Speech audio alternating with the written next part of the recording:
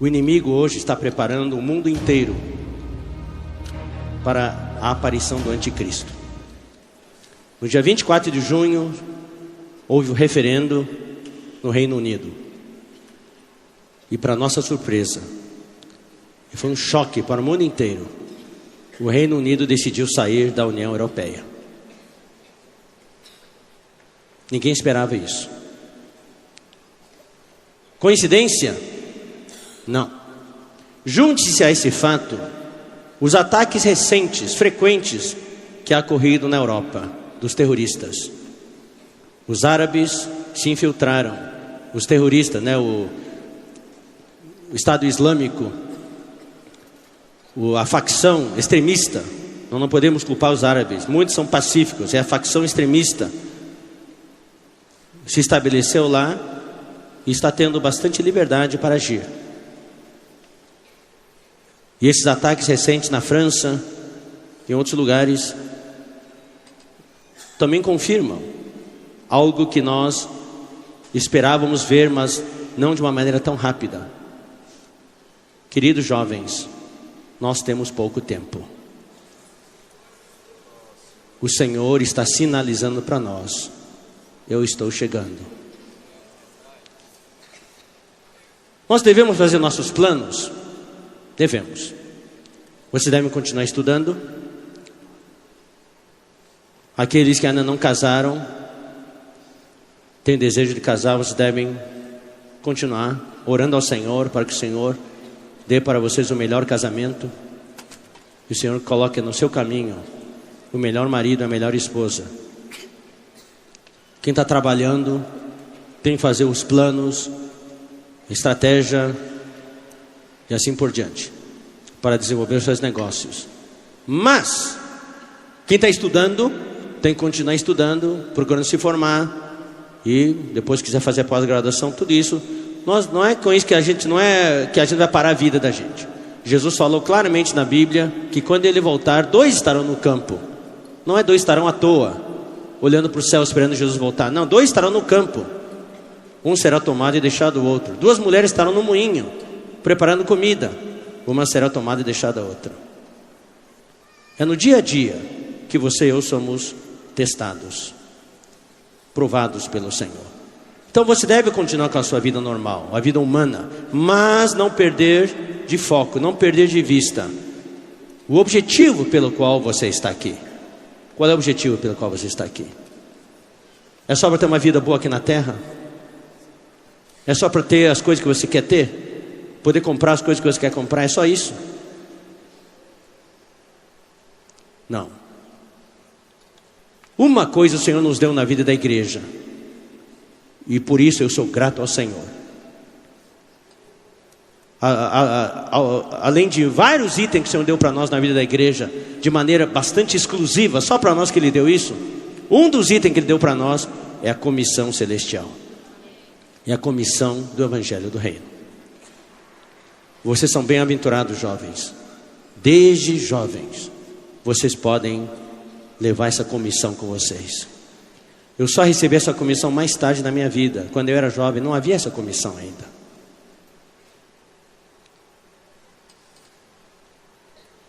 Voltando à questão do Reino Unido sair da União Europeia, se você for olhar as profecias escatológicas, eu não vou agora interpretar de uma maneira rígida como deveria ser. Eu vou ampliar um pouquinho e afrouxar um pouquinho os requisitos de interpretação. Se você fizer isso, você se assusta, porque a Bíblia fala claramente. Você sabe que no que diz respeito às profecias sobre a volta do Senhor, especialmente com relação ao anticristo, há alguns livros da Bíblia que são especializados em isso. Um dos livros é o livro de Daniel, capítulos 2, capítulo 7, capítulo 8, capítulo 9 e capítulo 11. No capítulo 2 nós temos a grande estátua, a imagem do rei Nabucodonosor. No capítulo 7 nós temos 4 animais. No capítulo 8 nós temos o carneiro, o bode e o carneiro. No capítulo 9 nós temos a profecia das 70 semanas. E no capítulo 11 as profecias dos reis do norte e reis do sul. Todos eles falam do império do anticristo. Especialmente falam também do anticristo, ele mesmo. E nas No capítulo 7 de Daniel, quando fala dos 4 animais, o primeiro animal era um leão, que representa... Eu não vou entrar em muitos detalhes, irmãos. A Conferência Salvador, e também a palavra que tem em Dias Dávila, depois Tobias Barreto, eu falei um pouquinho mais com mais detalhes, inserido no texto atual, para nós pregarmos o Evangelho do Reino. O leão representa Nabucodonosor, o reino babilônio. O segundo animal que ele viu foi um urso, está em Daniel capítulo 7, que representa o Império Medo-Persa. O terceiro animal é um leopardo, que representa o Império Greco-Macedônio. E o quarto animal era um animal terrível, espantoso, coisa que nunca viu antes, representa o Império Romano, mas nós temos que entender, e também representa a extensão do Império Romano, que é o Império do Anticristo. O Império Romano, apesar de não existir mais fisicamente, politicamente, a sua influência continua até hoje. A nossa lei, por exemplo, é a lei romana.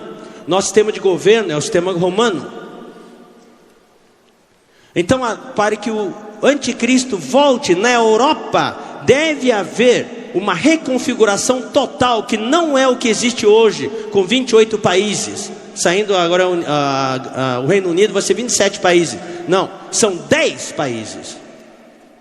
Agora, se esses 10 são literais ou não, é outra questão, mas são 10.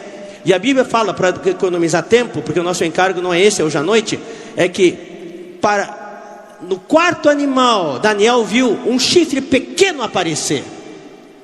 Esse chifre pequeno é o Anticristo, que tinha olhos e falava barbaridades, falava blasfêmias, falava com insolência, ofendendo a Deus, ofendendo tudo que é de Deus. Bem parecido com o que o irmão Marco Mello falou ontem, com relação ao pós-modernismo. Só que quando esse pequeno chifre aparece, 3 chifres têm que ser arrancados. 3 chifres grandes. E quando o Reino Unido decidiu sair, interpretando frouxamente, tá? Não estou falando em interpretação rigorosa. Se a gente afrouxar um pouquinho o rigor da interpretação, a gente pode pensar assim: meu Deus, o primeiro chifre já foi arrancado. E agora já existe a possibilidade de que a França tenha um referendo também, e a Itália também. Ou seja, irmãos, as coisas estão vindo muito rápido. As doenças estão aparecendo rápido. Doenças que não existiam antes. Além da dengue, daí surgiu a chikungunya, e agora temos a zika, que está assustando todo mundo. Pouca gente quer vir para as Olimpíadas. Muitos atletas não estão vindo, tem medo. Não havia zika antes, por que agora existe? São todos sinais do tempo do fim. Eu falo isso para estabelecer um pano de fundo. Vamos agora abrir a nossa Bíblia em 2 Tessalonicenses capítulo 2. O segundo capítulo de 2 Tessalonicenses é outro capítulo que fala muito sobre o Anticristo, com bastante detalhe. Então nós não vamos ter tempo para entrar em muitos detalhes. Eu quero ver se hoje também consigo falar menos, bater o recorde da minha curteza no falar. Irmãos, no que diz respeito à vinda de nosso Senhor Jesus Cristo e a nossa reunião com Ele, nós os exortamos. Aqui Paulo toma como pano de fundo a vinda do Senhor. Eu preciso localizar vocês que a vinda de nosso Senhor Jesus Cristo, vai durar. Essa vinda não é a vinda secreta dele. Basta que vocês saibam que a vinda de Cristo tem 2 partes: a vinda secreta e a vinda pública. O intervalo entre as 2 vindas é de 3 anos e meio. A vinda secreta dele vai acontecer momentos antes de começar a grande tribulação, no meio da última semana de Daniel, os últimos 7 anos desta era. Se tem alguém que não está entendendo muito o que eu estou falando, eu recomendo que vocês leiam aquele livro, Daniel, o destino do governo humano. Ali tem detalhes. Deus alocou para o povo de Israel, nas profecias das 70 semanas, 70 semanas, 70 semanas de anos. Ou seja, uma semana tem 7 dias. Uma semana de anos tem quantos anos? 7 anos. 70 semanas são 490 anos. E Deus estabeleceu os marcos neste período. Ou seja, Deus colocou, falou assim: para Israel eu dou 490 anos. Daí vai vir o tempo do fim. Daí Deus falou: no momento que sair a ordem lá da Pérsia, para que os judeus voltem para Jerusalém, para reconstruir os muros, tá? 7 semanas. 7 semanas desde a ordem até a conclusão dos muros. São 49 anos. E desde a conclusão da construção do muro de Jerusalém até a morte do Messias, até que Jesus Cristo morresse na cruz, 62 semanas. 434 anos. Somados dão 483 anos. 69 semanas. Quantas semanas faltam? Quantas? Uma. Ou seja, quantos anos faltam? 7 anos. Mas quando Jesus morreu, Deus parou o cronômetro. Deus parou o cronômetro. Passaram 483 anos, faltando 7 anos para completar os 490 anos. Passaram 69 semanas, falta uma semana para completar 70 semanas, e Deus parou o cronômetro dele. Por que ele parou o cronômetro dele? Para inserir a era da graça, a era da igreja, para que você e eu pudéssemos entrar em cena.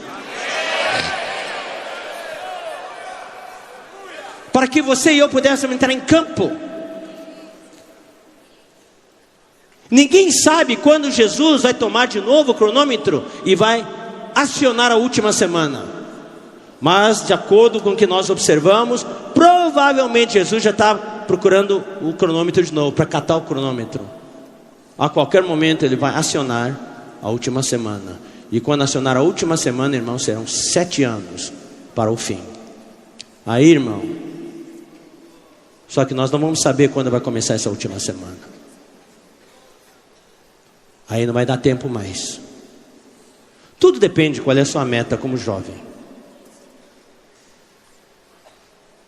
Tudo depende de onde você quer investir. Daí o que vai acontecer? Daí durante esse último tempo, últimos 7 anos, vai aparecer um líder mundial. O que falta no mundo hoje? Digam para mim, o que falta no mundo hoje? Não é só paz, falta liderança. Falta paz porque falta liderança. Hoje no mundo não existe nenhum líder. No Brasil tem liderança? Não tem. Não existe liderança política. Estados Unidos tem? Anteontem o Donald Trump foi escolhido, aprovado para ser o candidato republicano. Esse é o melhor candidato que os Estados Unidos têm, do lado republicano. Não tem mais ninguém. Onde estão os líderes? Quem é líder na Europa hoje? Não tem. Por isso que hoje também na igreja nós estamos orando ao Senhor, para que o Senhor, entre vocês, levante os líderes que a igreja precisa. Que entre vocês haja a liderança entre os jovens. Na igreja também precisamos de liderança. Então no mundo falta liderança. Daí quando aparecer esse cara, essa pessoa, esse político, ele vai ser um líder carismático, que sabe, conhece diplomacia, conhece o dom da oratória, sabe enrolar as pessoas, e ele vai trazer paz mundial, trazer paz para o mundo inteiro. Daí, por uma semana, por 7 anos, ele vai conseguir trazer um acordo, fazer um acordo de paz entre israelitas e árabes, israelenses e árabes. Daí todos os árabes vão depor as armas. Israel então vai ter tempo e paz para reconstruir o seu templo. E o templo vai ser reconstruído no começo dos 7 anos. E daí todas as práticas judaicas do Antigo Testamento vão ser restabelecidas, os sacrifícios e tudo.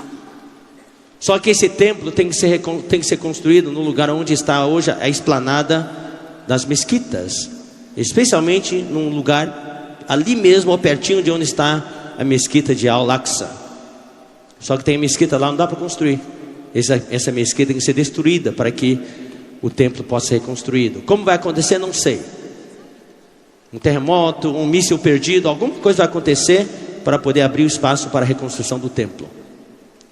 Só que daí o que vai acontecer é que no meio da semana, aos 3 anos e meio, esse político vai ser morto. Ele vai morrer. A Bíblia fala, em Apocalipse 13, ele vai ser ferido de morte. Mas daí, você sabe como é que vai ser naquela época, né?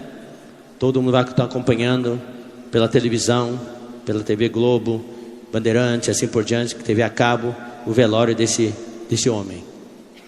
E no meio do velório, ele vai se levantar. E quando se levantar, é o milagre de todas as eras. E o mundo inteiro vai correr atrás dele.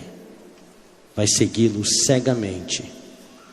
Só que quando ele se levantar, não vai ser mais a mesma pessoa. O corpo é o mesmo, mas o espírito que vai entrar nele é de outra pessoa. De acordo com os estudiosos da escatologia, vai ser o espírito do Nero, César Nero, que tem um número 666. E quando ele se levantar, é a mesma pessoa na aparência, mas ele será a besta, o anticristo. Daí ele vai virar outra pessoa, vai ser uma pessoa cruel, vai entrar em Jerusalém, vai romper o tratado que ele mesmo fez e vai colocar a imagem da besta no Santo dos Santos. E todo mundo vai ter que adorar a imagem da besta. E quem não levar a marca 666 não vai poder comprar, não vai poder vender. Imagine se você estiver aqui naqueles dias, especialmente quem tem nenê, não vai poder comprar leite, tem que ver o filho morrendo nos braços. Quem vai aguentar isso? Daí tem jovem que fala assim, não, se eu ficar aqui eu vou aguentar. Mas hoje, com toda essa liberdade, você não aguenta. Como é que você vai aguentar naquele dia? E daí vai começar o que a Bíblia chama de a grande tribulação. Só que, irmãos, aí eu falei isso aqui para poder mostrar as duas vindas. Um pouquinho antes desse homem ser morto, vai haver o primeiro arrebatamento. O arrebatamento dos vencedores. Se ocorrer durante uma conferência assim, de repente, 1/3 dos irmãos vão desaparecer. Vai. Imagine a cena.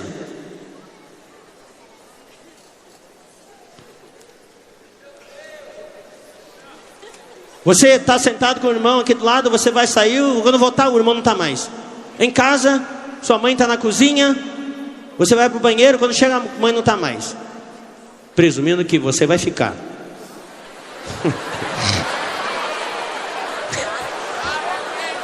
Não, é uma suposição, né? Para encorajar você a buscar para ser arrebatado. Daí quando eu vou contar uma história para vocês, quando meus filhos Davi e Elizabeth eram pequenos, desde criancinha nós pregávamos o evangelho para eles. Então eles conhecem bastante a Bíblia.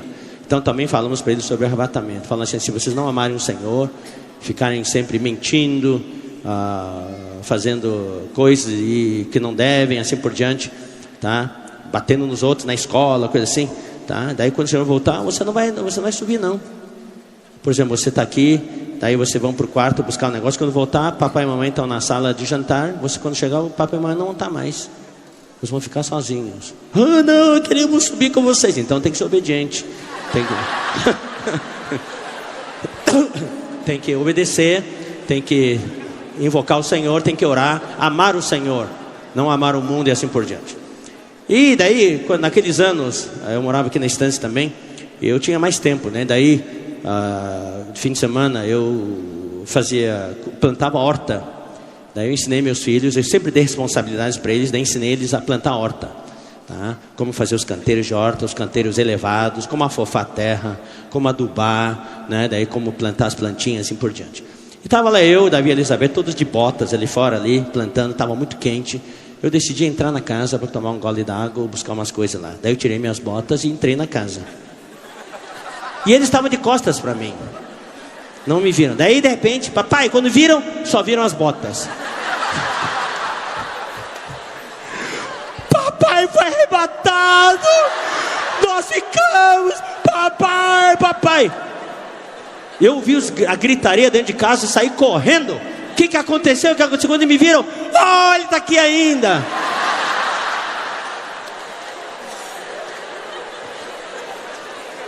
A gente dá risada agora, mas naquele dia vai ter muito choro.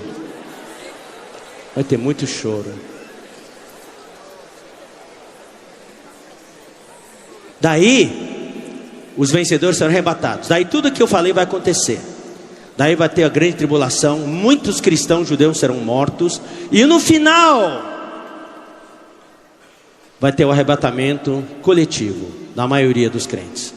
Nesse período, Jesus com seus vencedores, por 3 anos e meio, quando os vencedores forem arrebatados, eles serão arrebatados até o terceiro céu, onde está o trono de Deus. E aí vai começar uma viagem de 3 anos e meio, que a Bíblia chama de a vinda do Senhor, que no grego é a parousia do Senhor. É um período, é uma vinda durante um período de 3 anos e meio, saindo do terceiro céu, do trono de Deus, até as nuvens. E quando chegarmos às nuvens, Jesus e os vencedores, daí soará a última trombeta, e os cristãos que ainda estiverem aqui na terra, estiverem vivos, serão arrebatados, e os mortos ressuscitarão primeiro. É o que fala em 1 Coríntios 15 e também em Tessalonicenses. Daí haverá o arrebatamento coletivo. Esses 2 arrebatamentos, o intervalo é de 3 anos e meio. Na vinda secreta de Cristo, Jesus se compara a um ladrão na noite. Ninguém sabe quando ele vem. Na vinda pública de Cristo, ele virá com o soar da trombeta. Todo mundo vai saber quando ele vai vir. Na vinda secreta de Cristo, ele é comparado à estrela da manhã, que poucos enxergam. Na vinda pública de Cristo, ele é comparado como o sol da justiça. Na vinda secreta de Cristo, nós, os vencedores que fomos arrebatados, somos comparados com as primícias. Na vinda pública de Cristo, os cristãos que ficarem serão comparados com a grande colheita. As primícias só são uma minoria, a colheita é a grande maioria. Na vinda secreta de Cristo, fala claramente que Jesus virá encoberto pela nuvem.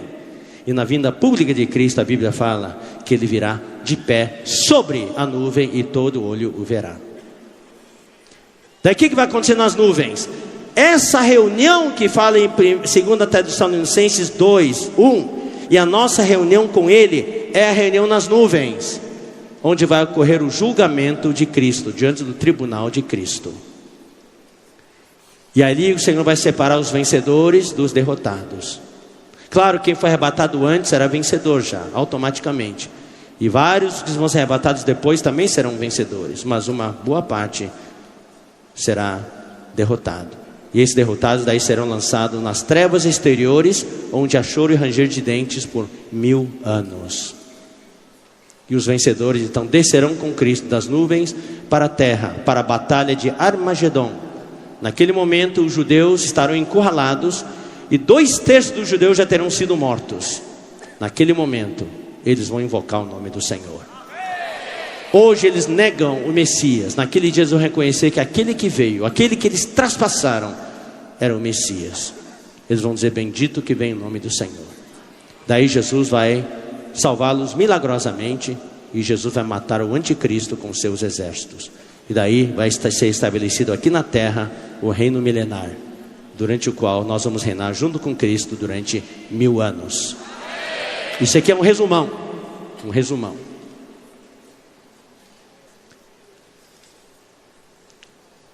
Eu falo isso para quê?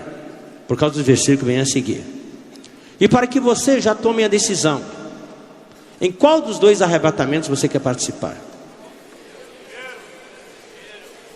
A Bíblia fala claramente que quem ficar, o mundo será inabitável naqueles anos. Você vai dizer: puxa, mas eu estou na América do Sul, deserto. Mas não se esqueçam, vai ser um deserto. E a influência do anticristo vai estar aqui também. Apesar de ele não estar aqui fisicamente para matar os cristãos e os judeus, mas aqui também a marca da besta também vai ser algo que vai ser efetivado. Quem não tiver a marca da besta não vai poder comprar nem vender. Bom, vamos continuar a leitura. Versículo 2. Nós vos exortamos a que não vos demovais da vossa mente. Ou seja, não vos demovais da vossa mente com facilidade. Usando um termo popular, jovens, que ninguém faça a sua cabeça de uma maneira fácil. Você tem de ter a base e o fundamento da palavra. O pós-modernismo visa atirar da sociedade moderna a referência da palavra de Deus. Eles são totalmente contra a cultura judaico-cristã. Tudo que está relacionado à Bíblia, eles querem tirar. Por quê? Porque Satanás sabe que a única referência que existe dos valores humanos, dos valores espirituais, dos valores morais, estão na Bíblia. Por isso que nós rogamos a vocês, leiam a Bíblia. Menos celular, mais Bíblia. Essa é a única salvação que vocês têm. Sem a Bíblia não temos referência. Sem a Bíblia, um jovem peca, comete fornicação e não tem a sensação que pecou. Um jovem rouba um celular aqui na conferência e não tem a sensação que pecou. Se acha muito esperto. Essa falta de consciência do pecado é preocupante. Mostra que as suas mentes foram anestesiadas. É que nem a pele anestesiada, é a lepra. Quando eu era pequeno eu tinha pavor da lepra, porque eu participava de uma banda marcial e frequentemente nós saímos para fazer excursões, para tocar em cidades do interior. E naquele tempo havia ainda lepra em várias cidades. E sempre, invariavelmente, a banda parava na praça central, onde se dava celebravam, né, a cerimônia na cidade. E ali havia o discurso, depois a banda marcial tocava. E sempre na praça central havia o posto de saúde. E como a gente tinha que esperar, eu sempre entrava no posto de saúde para ler os cartazes ali. E ali falava da lepra. A maneira para detectar se tem lepra é ver se você tem manchas na pele, especialmente nas costas, manchas grandes. E a maneira para tratar, para detectar, é pegar uma agulha enorme e espetar nessas manchas. Se você sentir dor, não é lepra. Se você espetar a agulha e não sentir dor nenhuma, é lepra. Sua pele já ficou anestesiada, já perdeu toda a sensibilidade. Então quando eu via a mancha na minha pele, eu pegava uma agulha e espetava imediatamente. Ah, graças a Deus, está doendo. Quando nós perdemos a sensibilidade, nós pecamos, Satanás vem com uma espadona e promete, nós não sentimos mais nada. Não temos sensação de pecado, não temos problema na consciência. Isso é o que o inimigo quer. Tira toda a referência da palavra. Então agora eu vou dar um exemplo para vocês. O que quero dizer com referência? Vocês estão com frio aqui na estância? Não? Esse dia está frio ou não? Especialmente os irmãos do Nordeste. Os irmãos do Norte, do Nordeste estão passando muito frio, certo? Então eu vou dizer para vocês, quero que vocês reajam com sons, tá? Com sons. Falaram que amanhã vai fazer 10 abaixo de 0. Ó, tá vendo? E na semana que vem falaram que vai fazer 45 graus. Tá. Por que vocês reagem? Porque vocês têm a referência. Vocês sabem o que é 10 abaixo de 0. Você já sente na pele. Porque você sabe, 0 graus é referência. E você sabe o que é 45 graus. Você tem uma referência. Então você reage porque tem referência. Agora eu vou tirar a referência de vocês. Eu morei 10 anos nos Estados Unidos. Eu estou familiarizadíssimo com a escala Fahrenheit. Você não sabe o que é a escala Fahrenheit. Então eu vou dizer para vocês, amanhã vai fazer 40 graus aqui. Tá vendo? Ninguém reage. Por quê? Você não tem referência nenhuma. 40 graus Fahrenheit. Sabe quantos graus são? São 5 graus. Amanhã vai fazer 20 graus Fahrenheit. Oh, que gostoso. Não, 20 graus Fahrenheit é 10 abaixo de zero. A fórmula é: temperatura Celsius sobre 100 é igual temperatura Fahrenheit menos 32 sobre 180. Decoraram? Essa é a fórmula. Então tem que ter referência. O que Satanás quer fazer é tirar a referência da Bíblia. Irmãos, agarrem-se à palavra de Deus. Leiam os livros da editora. Esse livro que saiu agora, cada jovem deve ter um exemplar. É um desafio que eu lanço para vocês. Cada jovem tem que ter um exemplar. Quem já comprou, levante a mão. Tá. Não saiam da conferência sem comprar. Ou compre na sua localidade depois. As 40 lições essenciais para o viver cristão. É a sua referência. Vamos continuar. Não vos demovais da vossa mente com facilidade, nem vos perturbeis, quer por espírito, quer por palavra, quer por epístola, como se procedesse de nós, supondo tenha chegado o dia do Senhor. Não, o dia do Senhor não chegou ainda não.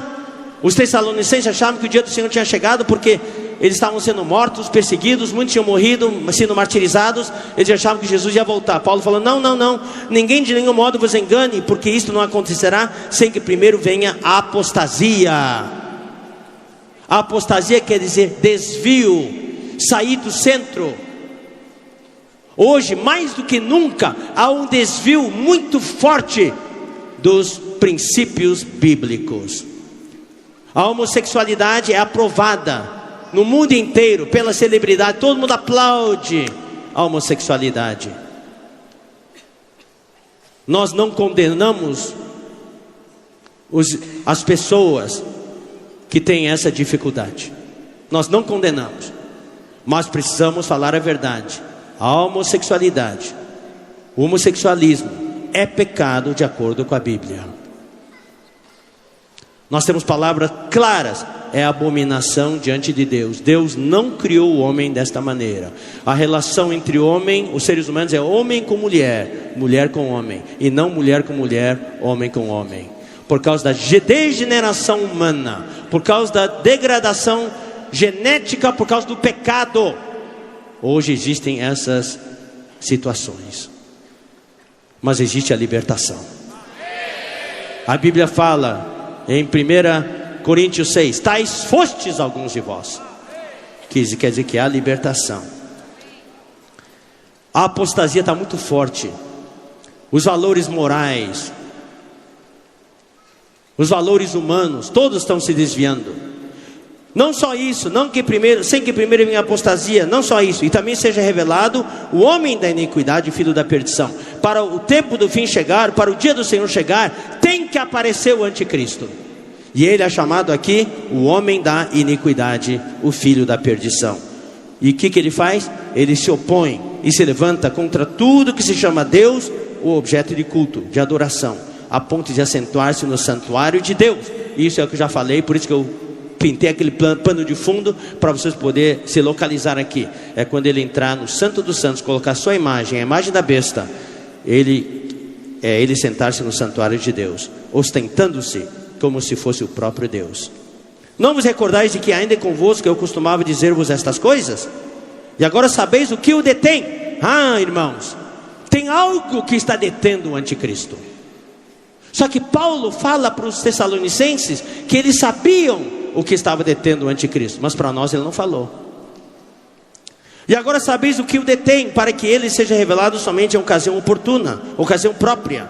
Com efeito, o mistério da iniquidade já opera. Essa é a frase de alarme que eu quero soar para os irmãos, para vocês, queridos jovens. O mistério da iniquidade já opera, e opera forte. Vocês precisam se unir, senão esse mistério da iniquidade vai varrer todos vocês.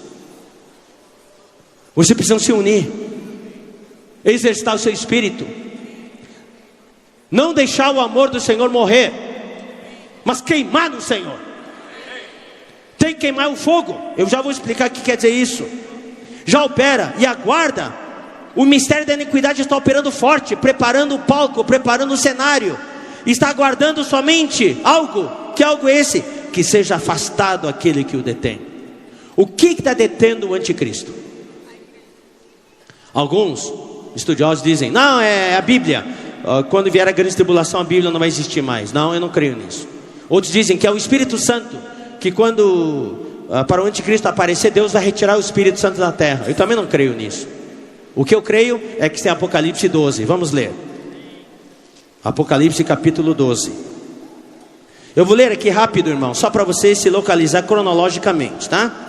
Viu-se grande sinal no céu, a saber, uma mulher vestida do sol, com a lua debaixo dos pés e uma coroa de 12 estrelas na cabeça. Essa mulher, para nossos efeitos aqui hoje à noite, é a igreja. Basta saber isso. Essa mulher é a igreja. Essa mulher estava grávida e grita com as dores de parto, sofrendo tormentos para dar à luz. Toda mulher que já deu à luz sabe, as dores de parto são intercaladas, tem uma periodicidade, tem intervalos. Quando se aproxima o momento de dar à luz, o intervalo diminui cada vez mais. E as dores vêm empontadas cada vez mais fortes e mais frequentes.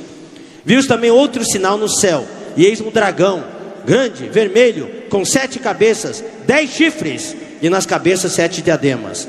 A sua cauda arrastava a terça parte das estrelas do céu. É aqui que a gente descobre que 1/3 dos anjos seguiu Satanás na sua rebelião. Esse é o único versículo que mostra isso. A terça parte das estrelas do céu, as quais lançou para a terra.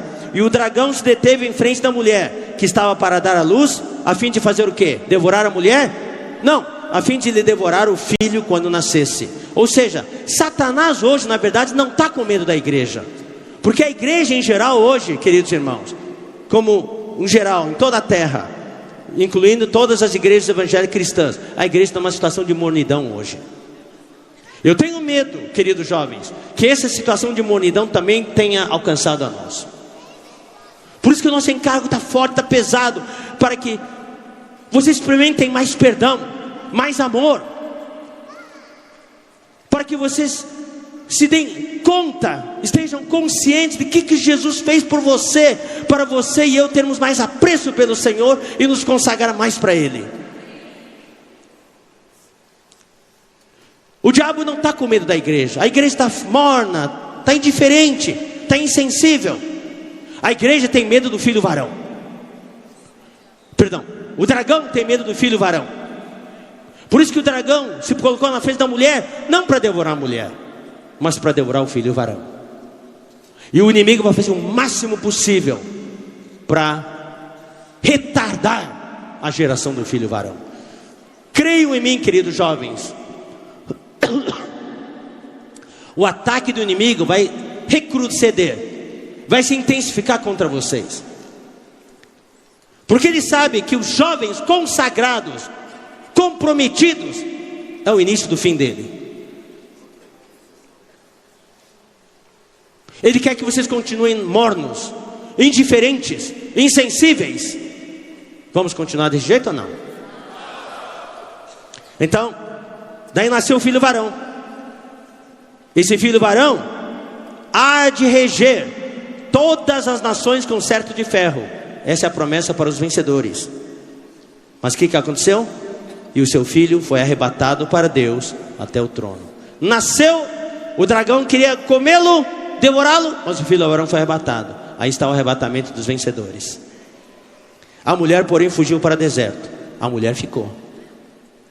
A parte mais forte foi, você sabe, quando a mulher dá à luz, ela desmaia depois que a criança sai. A criança é toda energia, a criança chora, é a força da mulher. Mas a mulher, a parte mais fraca fica. Fugiu para o deserto, onde Deus lhe havia preparado um lugar para que nele a sustentem durante 1260 dias, 3 anos e meio. Aí agora eu vou ler rápido, quero que você preste atenção. Depois que aconteceu isso, houve peleja no céu. É interessante. Houve o arrebatamento do filho varão, daí houve peleja no céu. Miguel e os anjos e seus anjos pelejaram contra o dragão. Também pelejaram o dragão e seus anjos. Todavia não prevaleceram, nem mais se achou no céu lugar deles. E foi expulso o grande dragão, a antiga serpente que se chama Diabo, E Satanás, o sedutor de todo mundo, sim, foi atirado para a terra, e com ele os seus anjos. Entre esses vencedores eu creio que haverá uma multidão de jovens. Eu creio. E daí, nesse arrebatamento vai haver uma escala, uma parada. A parada vai ser no meio do céu. Aí fala, desembarcaram para a batalha. Que batalha? Vai ler? Miguel e os anjos batalhando com Satanás e os anjos. E ali o jogo estava empatado. Mas daí os vencedores saíram e desequilibraram o jogo. Ou seja, os jovens vencedores vão desequilibrar o jogo. E Satanás vai perder de goleada, vai ser jogado no chão, para a terra. Por quê? Porque os nossos jovens estão acostumados diariamente a ganhar, a vencer Satanás. Aí Satanás está lá lutando, de repente desembarca os jovens do arrebatamento. Ah, não! Daí os jovens vão entrar. Você de novo, nosso velho freguês. Daí Satanás vai ser jogado na terra. Olha só, versículo 13. Quando pois o dragão se viu atirado para a terra, perseguiu a mulher que dera à luz o filho varão. E foram dadas à mulher as 2 asas da grande águia, para que voasse até o deserto, ao seu lugar, aí onde é sustentada durante um tempo, tempos e metade de um tempo. Um tempo é 1 ano, tempos no plural são 2 anos, e metade de um tempo é meio ano, são 3 anos e meio, fora da vista da serpente. Vamos agora para o versículo 17. Irou-se o dragão contra a mulher e foi pelejar com os restantes da sua descendência, os que guardam os mandamentos de Deus, que são judeus, e os que têm o testemunho de Jesus, que são os cristãos. E se pôs em pé sobre a areia do mar. Preste atenção para isso. Ele se pôs em pé sobre a areia do mar. Essa areia do mar é a areia do mar Mediterrâneo. Daí, versículo 13. Quando ele se pôs em pé, aconteceu algo. Vi emergir do mar uma besta, que tinha 10 chifres e 7 cabeças, iguaizinhos a do dragão. E sobre os chifres, diademas, 10 diademas, sobre as cabeças, nome de blasfêmia. A besta que vi era semelhante a leopardo. Presta atenção para esses animais que já falei para vocês. Leopardo, com pés como de urso e boca como de leão. E deu-lhe o dragão o seu poder, o seu trono e grande autoridade. Então vi uma de suas cabeças como golpeada de morte. É o que eu falei. Mas essa ferida mortal foi curada, e toda a terra se maravilhou seguindo a besta. Essa é a cronologia. O filho varão é arrebatado, tem batalha no céu, o dragão é jogado no chão, ele fica irado, começa a perseguir os cristãos que ficaram, os judeus. Daí ele se põe em pé sobre a areia do mar, e aparece o anticristo, a besta. Agora vamos para Apocalipse 9. Daí eu encerro esse trecho da palavra desta noite. Daí vamos passar para o trecho seguinte. O 5º anjo tocou a trombeta, e já no 7º selo, no miolo da grande tribulação, o 5º anjo tocou a trombeta e viu uma estrela caída do céu na terra. Quem é essa estrela? Quem é essa estrela? Satanás. É o que batalha com Miguel e os anjos. E o dragão foi jogado para o chão. Quando foi jogado para o chão, João viu aqui no capítulo 9 uma estrela caída do céu na terra, e foi-lhe dada a chave do poço do abismo. Satanás tem na mão a chave do poço do abismo. Sabe onde fica o abismo? O abismo fica no fundo do mar, nas profundidades abissais do mar. Existem criaturas muito estranhas, aqueles peixes que parecem monstros, parecem diabólicos. Tem até peixe que tem a sua própria lanterninha, a sua própria luz. Seres incríveis, feios, são todos seres que estão relacionados com os demônios. E os demônios moram no fundo desse poço do abismo. E daí esse anjo, Satanás, essa estrela do céu, Satanás, tinha à mão a chave do poço do abismo. Daí ele abriu o poço do abismo, e subiu fumaça do poço como fumaça de grande fornalha, e com a fumaceira saída do poço, escureceu-se o sol e o ar. Também da fumaça saíram gafanhotos para a terra. Foi-lhes dado o poder como o que tem os escorpiões da terra. E foi-lhes dito que não causassem dano à erva da terra, nem a qualquer coisa verde, nem árvore alguma, e tão somente aos homens que não têm o selo de Deus sobre a fronte. foi-lhes também dado que não os matassem, e sim que os atormentassem durante 5 meses. Irmãos, quem fica aqui, vai ser horrível isso. E o seu tormento era como o tormento de escorpião quando fere alguém. Naqueles dias os homens buscarão a morte e não a acharão. Também terão ardente desejo de morrer, mas a morte fugirá deles. Hoje é o contrário, hoje a morte corre atrás das pessoas, as pessoas fogem da morte. Naquele dia as pessoas vão querer morrer. Morte, vem cá, me mata! A morte vai fugir das pessoas. O aspecto dos gafanhotos era semelhante a cavalos preparados para a batalha, para a peleja. Na sua cabeça havia como que coroas parecendo de ouro, e o seu rosto era como o rosto de homem. Tinham também cabelos como cabelos de mulher, os seus dentes como dentes de leão. Tinham couraças como couraças de ferro. O barulho que as suas asas faziam era como o barulho de carros de muitos cavalos, quando corre a peleja. Tinham ainda cauda como de escorpiões, e ferrão na cauda tinham poder para causar dano aos homens por 5 meses. Ou seja, criaturas diabólicas estarão aqui na terra naqueles anos, naqueles tempos. Agora versículo 11. E tinham sobre eles como seu rei o anjo do abismo, cujo nome em hebraico é Abaddon, e em grego Apolion, que quer dizer o destruidor, a destruição. Esse anjo do abismo é o que vai entrar no corpo daquele político morto. Esse anjo do abismo é o espírito do anticristo. Satanás, quando abrir o poço do abismo, vai liberar o espírito do anticristo, que vai entrar naquele cadáver. Ele vai se levantar e vai se tornar o anticristo. O primeiro ai passou. Eis que depois dessas coisas vem ainda 2 ais. Por isso que o brasileiro é bíblico, ele fala ai, ai, ai. Ai, ai, ai. Tá? Bom, queridos irmãos, voltemos agora para a 2 Tessalonicenses. Nós já terminamos essa leitura. Tá. Isso aqui, irmãos, é o que vai acontecer nesta terra. Então, para que o anticristo apareça, é necessário que o mundo inteiro seja contaminado com a iniquidade. Então agora vamos abrir em Mateus capítulo 24. Mateus capítulo 24.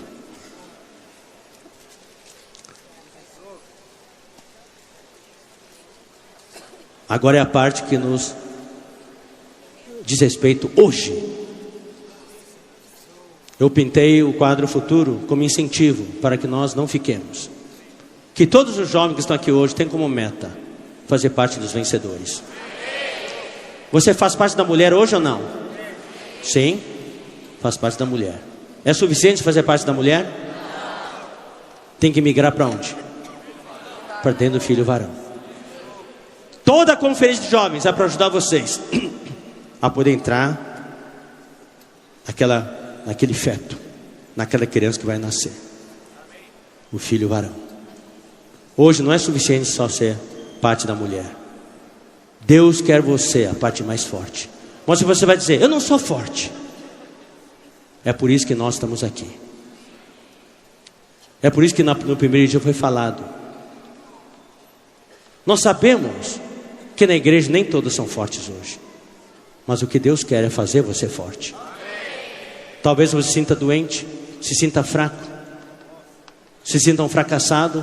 Não tem importância. É por isso que você está aqui. Deus quer curar você. Deus quer libertar você.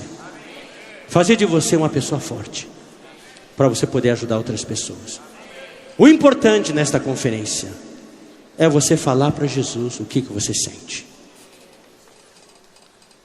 Não tente esconder. Ele sabe tudo. Fala para ele, Senhor, do jeito que eu estou, eu não consigo mais prosseguir. Eu tenho essa dificuldade, aquela dificuldade. Senhor, me liberta, me cura, Senhor. Deus quer que você seja franco com Ele, sincero com Ele. Deus não quer que você finja. Deus quer que você seja honesto. Aí Ele tem como trabalhar em você. Tudo que Ele quer é que você dê permissão para Ele trabalhar em você. Ele não exige que vocês todos sejam fortes hoje. É que nem um hospital, falei no primeiro dia. Ninguém vai entrar no hospital e dizer aqui, eu só quero gente saudável aqui. Não, o hospital é para curar os doentes, mas o objetivo é que todos recebam alta. Deus quer curar você. E Deus quer libertar você. Vamos agora ler Mateus 24, versículo 12. E por se multiplicar a iniquidade, o amor se esfriará de quase todos. O mistério da iniquidade já opera. E o trabalho desse mistério da iniquidade, por que fala mistério? Porque opera nos bastidores.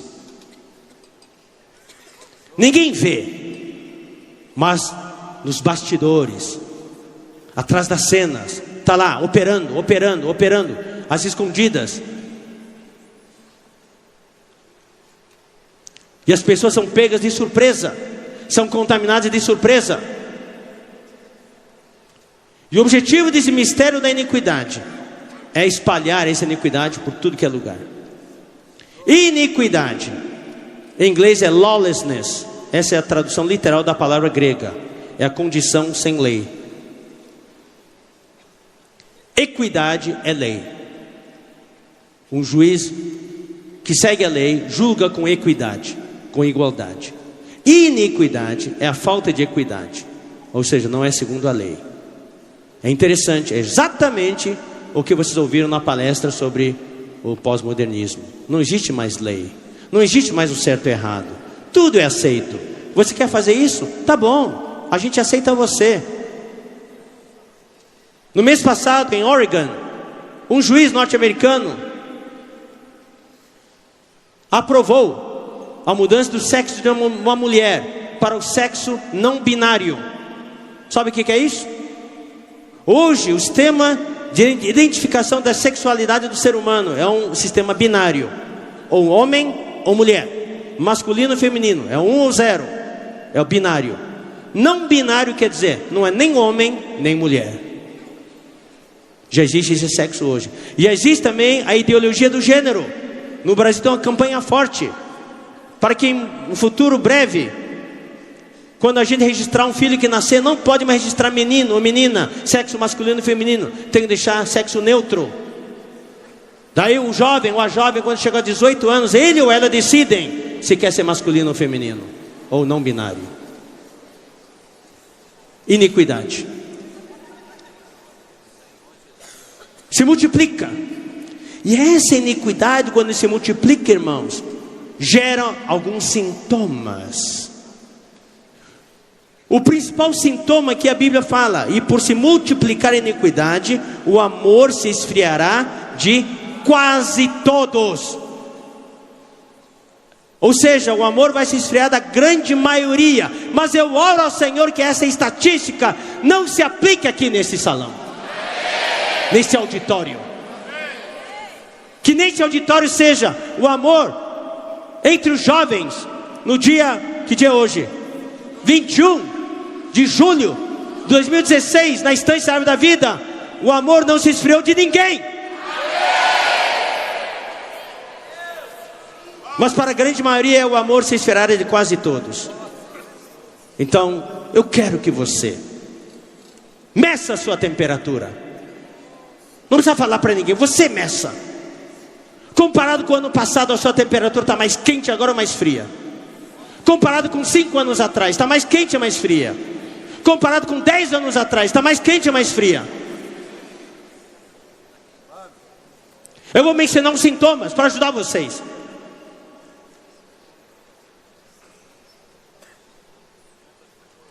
Como é que está a sua sensibilidade para falar de Deus? Quando você ouve a palavra, você chora ainda? Ou você ouve?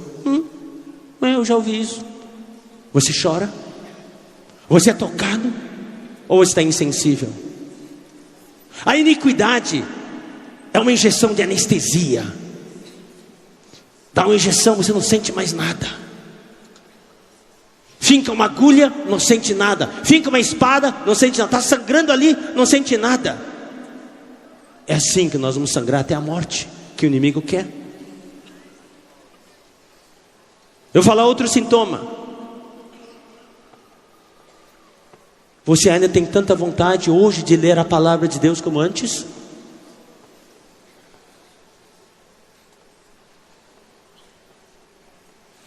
Você ainda ora tanto como orava antes?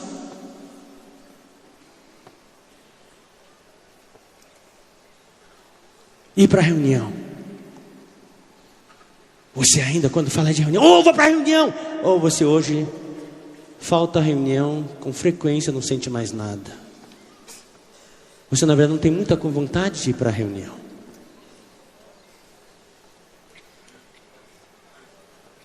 Você ainda tem aquele fogo do evangelho,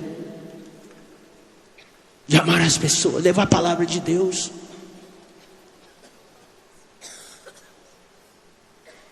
Você ainda compartilha na reunião como antes? Você ainda sente intimidade com o Senhor como antes? Ou como eu recebo no Facebook muitas vezes, e isso me deixa triste, eu procuro ajudar os irmãos e as irmãs que me escrevem. Falo assim, irmãos, com lágrimas, eu posso sentir que os irmãos escreveram com lágrimas. Eu não consigo mais tocar no Senhor. Eu oro, parece que o Senhor não está mais lá.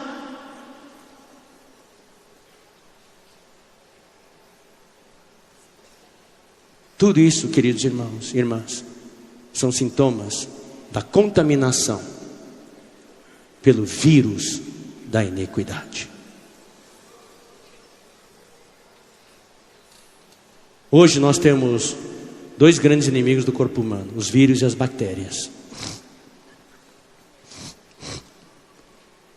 A diferença é que as bactérias podem se multiplicar fora de um organismo. As bactérias são seres unicelulares, são seres vivos, organismos vivos. O vírus não é um organismo vivo. O vírus é uma molécula de um ácido nucleico envolto com uma camada de proteína. Não é um ser vivo. Não é um ser vivo, não faz mal. Aí que se engana. Esse vírus, essa estrutura molecular não viva, entra no organismo, ela precisa de uma célula hospedeira. Ela não consegue se multiplicar fora de um organismo, ou seja, precisa de seres humanos. Então ele entra num ser humano, se aloja numa célula, e esse vírus é capaz de reprogramar a célula, para que a célula se dedique exclusivamente a multiplicar essa estrutura molecular. Daí um vírus vira 2, 2 vira 4, e quando chega a 1 milhão, daí a célula explode, a célula morre, e os vírus se espalham daí para outras células. É assim que os vírus tomam conta do ser humano. Eu pergunto para vocês, como você combate um vírus ou uma bactéria? A bactéria, por exemplo, quando você termina de comer a comida, você põe a comida onde? Quando sobra? O prato que sobrou, você põe onde? Na geladeira. Espero que você não jogue no lixo. Não o prato seu, estou dizendo o prato lá.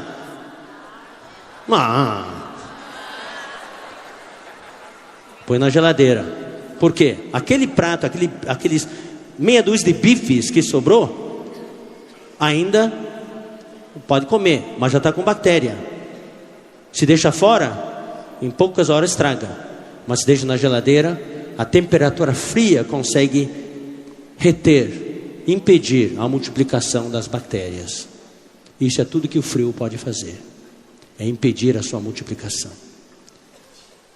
Mas para matar a bactéria tem que fazer o quê? Tem que queimar. Por isso que uma sopa tem que ser requentada até fervura, para matar todas as bactérias. Por isso que leite, quando é tirado da vaca, tem que ferver, para matar as bactérias, senão azeda rápido. Vírus também. Quando há uma epidemia, milhares de pessoas morrem, o que se faz com os cadáveres?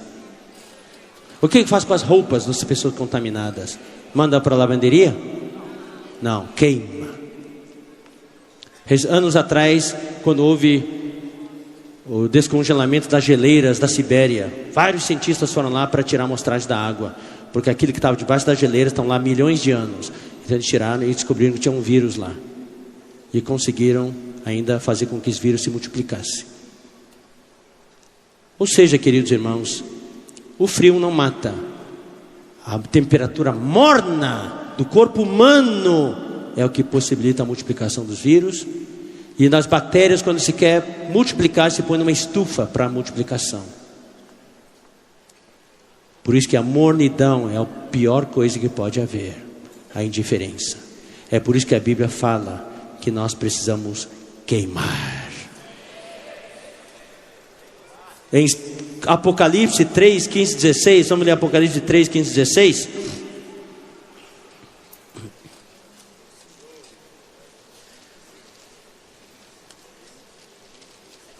Aqui fala o seguinte: conheço as tuas obras, que nem és frio nem quente. Quem dera fosses frio ou quente. Assim, porque és morno e nem és quente nem frio, estou a ponto de vomitar-te da minha boca. Deus odeia a mornidão. Ou é frio para não multiplicar a iniquidade, o vírus, ou é quente para queimar e matar. Mas morno Deus odeia. Então agora eu vou ler alguns versículos rápidos, irmãos, para mostrar a questão da iniquidade que o Senhor precisa queimar em nós. Vamos abrir as nossas Bíblias em 1 Coríntios capítulo 6, versículos 9 a 11. Eu quero que vocês saibam, queridos jovens, que essa é a referência da palavra de Deus. Não adianta querer se justificar, não adianta procurar desculpas. Essa é a pura palavra de Deus e essa é a referência que vocês devem ter nas suas vidas. Aqui diz: ou não sabeis, 1 Coríntios 6, 9, ou não sabeis que os injustos não herdarão o reino de Deus? Não vos enganeis, eu vou ler como é no grego: nem fornicários, impuros é fornicários, nem idólatras, nem adúlteros, nem efeminados, nem homossexuais, nem ladrões, nem avarentos, nem bêbados, nem maldizentes, nem roubadores herdarão o reino de Deus. Tais fostes alguns de vós, mas não são mais. Mas vós vos lavastes, mas fostes santificados, mas fostes justificados em o nome do Senhor Jesus Cristo e no Espírito do nosso Deus. Queridos irmãos, uma das coisas que mais afeta os jovens hoje é essa pressão sexual,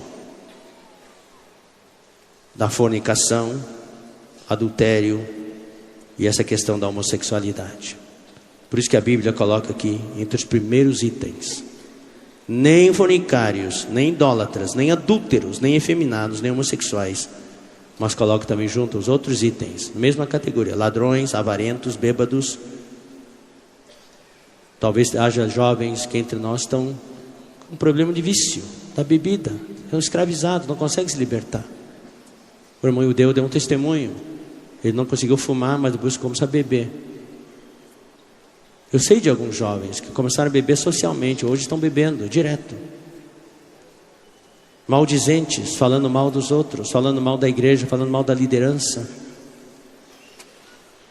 Nenhum desses vão herdar o reino de Deus. Esse aqui é o padrão de Deus. Vamos ler Gálatas 5, versículos 19 em diante. Ora, as obras da carne são conhecidas, e são fornicação, impureza, lascívia. Todos esses pecados morais primeiro, depois os pecados espirituais, idolatria, feitiçaria, depois os pecados da alma, inimizades, porfia, ciúmes, iras, discórdias, dissensões, facções, invejas, bebedices, glutonarias e coisas semelhantes a estas, a respeito das quais eu vos declaro, como já outrora vos preveni, que não herdarão o reino de Deus os que tais coisas praticam. Ou seja, todos esses itens da iniquidade impedem que alguém possa herdar o reino de Deus. E vamos ler também, por último, 2 Timóteo capítulo 3, versículos 1 a 6. 2 Timóteo 3, versículos 1 a 6. Sabe, porém, isto: nos últimos dias, que são os dias em que vivemos hoje, sobrevirão tempos difíceis. Pois os homens serão egoístas, avarentos, jactanciosos, arrogantes, blasfemadores, desobedientes aos pais, ingratos, irreverentes, desafeiçoados, implacáveis, caluniadores, sem domínio de si, cruéis, inimigos do bem, traidores, atrevidos, enfatuados, mais amigos dos prazeres que amigos de Deus. É o mundo da iniquidade, irmão, que está se multiplicando de uma maneira descontrolada. Estamos chegando no final. Vamos ler alguns versículos de conclusão. Vamos ler Hebreus 12, versículo 1.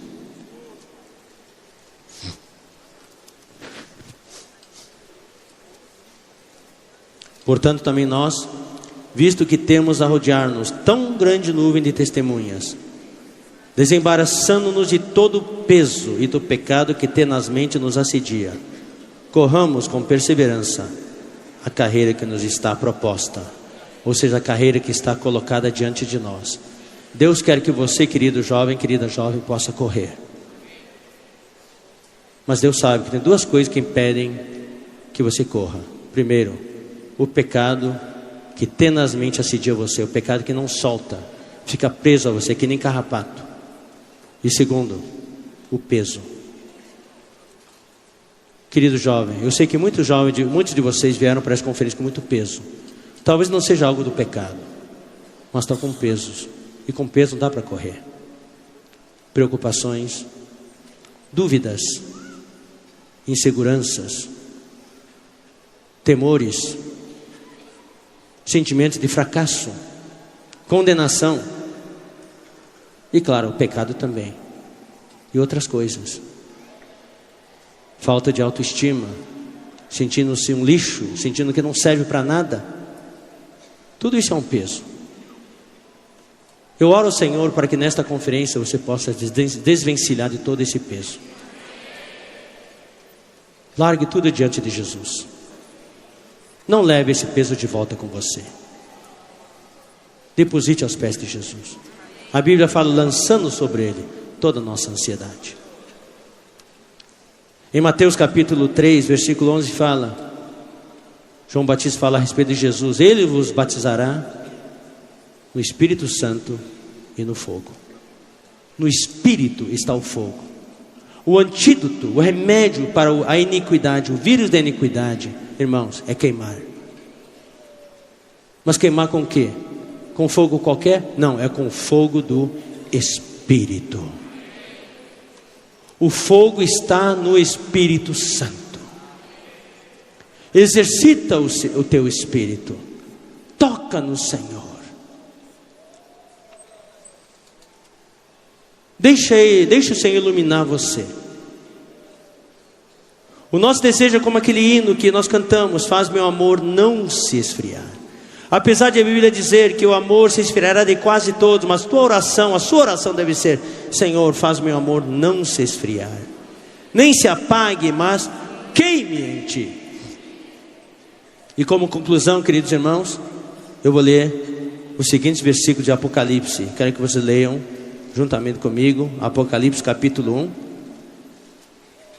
versículo 12 em diante. Eu vou ler para vocês, queridos irmãos.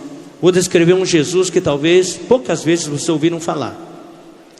Podem ter lido, mas talvez não foi descrito de Jesus para vocês. O Jesus que normalmente é descrito para vocês é de outro jeito.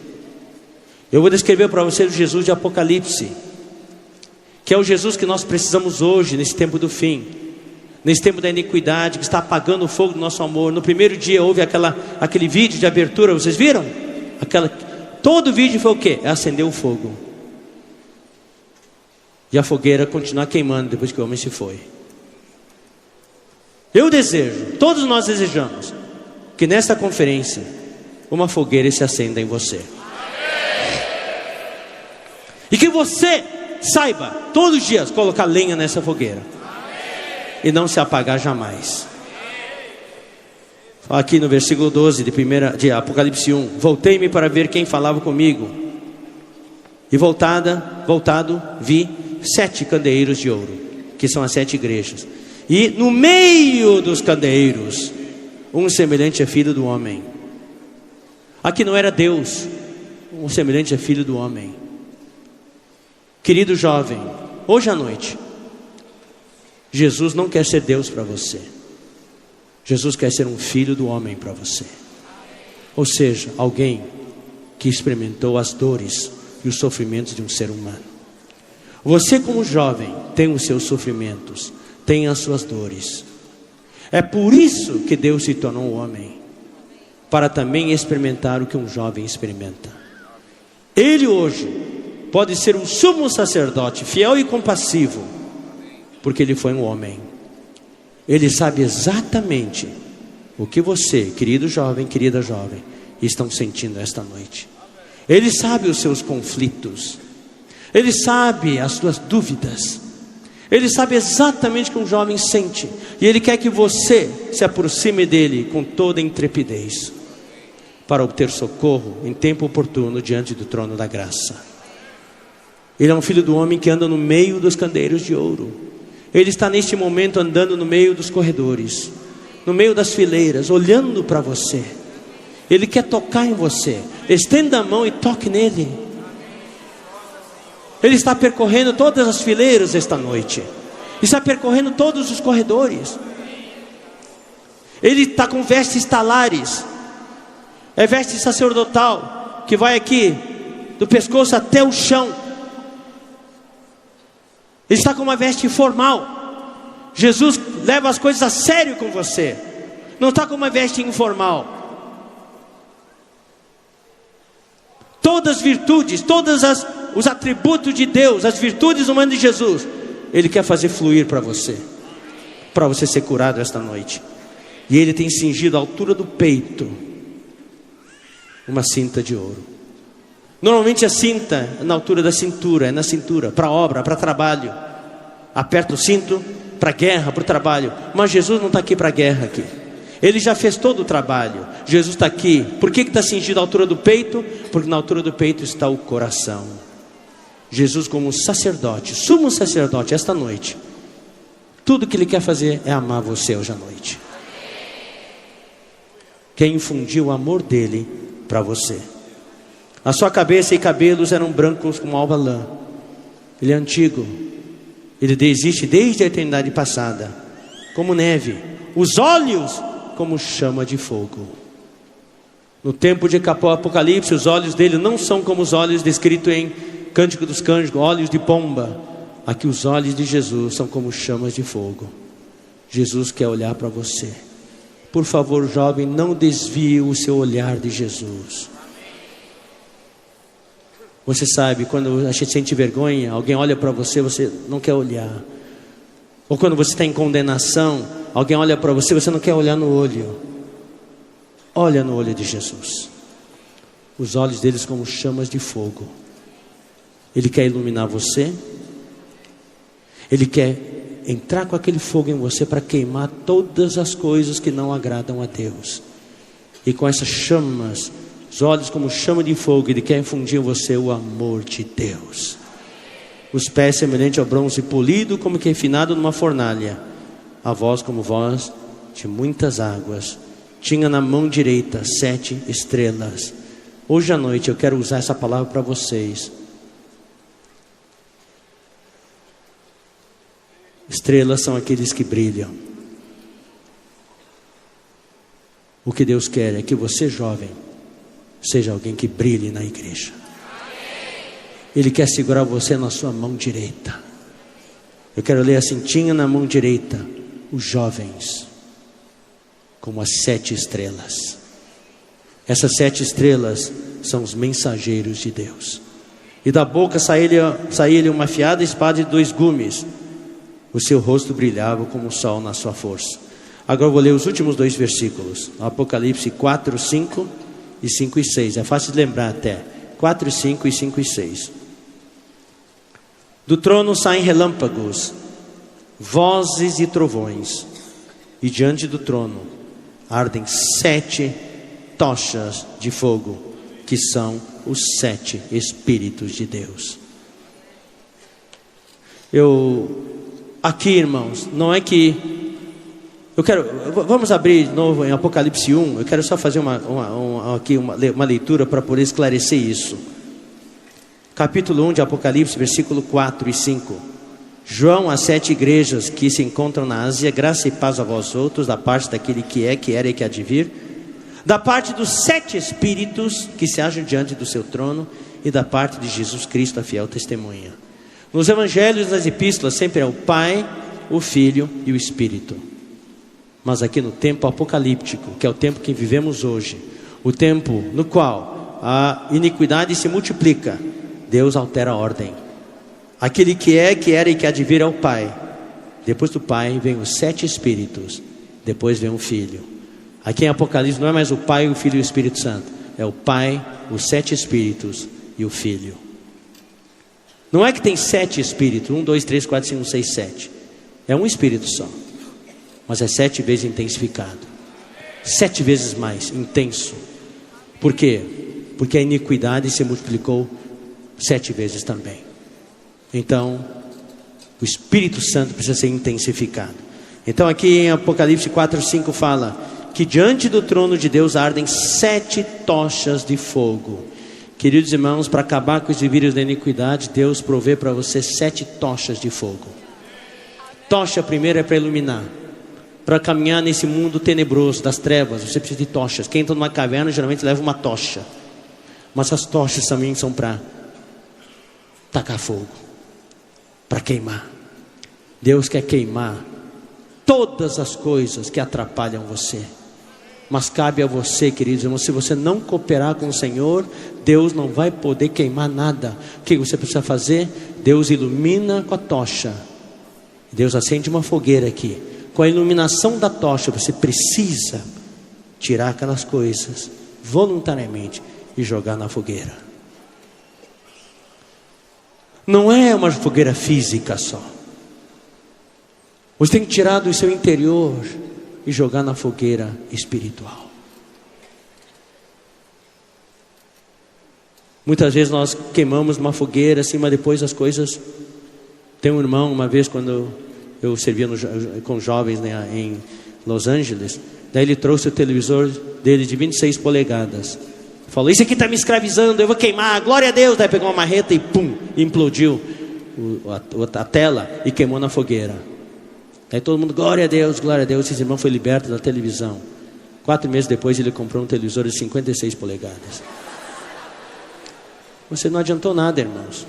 Não é simplesmente um gesto, uma cerimônia. Tem que ser queimado de verdade. Os 7 Espíritos de Deus hoje à noite estão aqui, queridos irmãos. Ele está passando com as tochas. Jogue as coisas que incomodam você nessa fogueira. Para terminar, capítulo 5, versículo 6. Então vi no meio do trono e dos 4 seres viventes, e entre os anciãos e pé, um cordeiro. Oh, quanto amor! Que apreço nós devemos sentir por esse cordeiro, como tendo sido morto. Ele tinha 7 chifres, bem como 7 olhos. Lembre-se, esses olhos são como chamas de fogo. Esses 7 olhos, que são os 7 Espíritos de Deus, enviados por toda a terra. Queridos irmãos, agora nessa palavra final, eu quero que você olhe nos olhos de Jesus. O Cordeiro está bem na sua frente neste momento, olhando para você, com os olhos como chama de fogo. 7 olhos, que são 7 Espíritos de Deus, que também são as 7 tochas de fogo. Esses 7 olhos do Cordeiro, primeiro, estão aqui para iluminar você. Deixa o Senhor penetrar você com o olhar dele. Não desvie o olhar dos olhos do Senhor. Contemple o rosto do Senhor. Muitas vezes, queridos jovens, nós escondemos no coletivo. Estamos numa reunião assim, é muito fácil a gente orar tudo. Aprenda a orar individualmente, olhando nos olhos do Senhor, deixando o Senhor olhar para você, e nesse olhar, deixar o Senhor rasgar o seu coração com o olhar dele, e queimar com fogo, iluminar você e queimar com o fogo dele. Ele quer queimar todas as coisas negativas. Isso é no aspecto negativo. No aspecto positivo, Jesus, ao olhar para você, Ele quer infundir em você o amor de Deus, o amor que Ele sente por você. Você sabe, um casal de apaixonados, minha esposa está aqui, às vezes eu olho para ela, olha para mim, quando ela olha para mim com aquele olho, o olhar dela eu derreto, aquele olhar dela me queima, com aquele amor. Jesus quer olhar para você desse jeito, infundir em você o amor de Deus. Daí quando Ele infunde o amor dele em você, a sua chama, a chama que está no seu coração, pega fogo. Todo dia olhe para Jesus. Deixe Ele avivar o fogo que está no seu coração. Amém?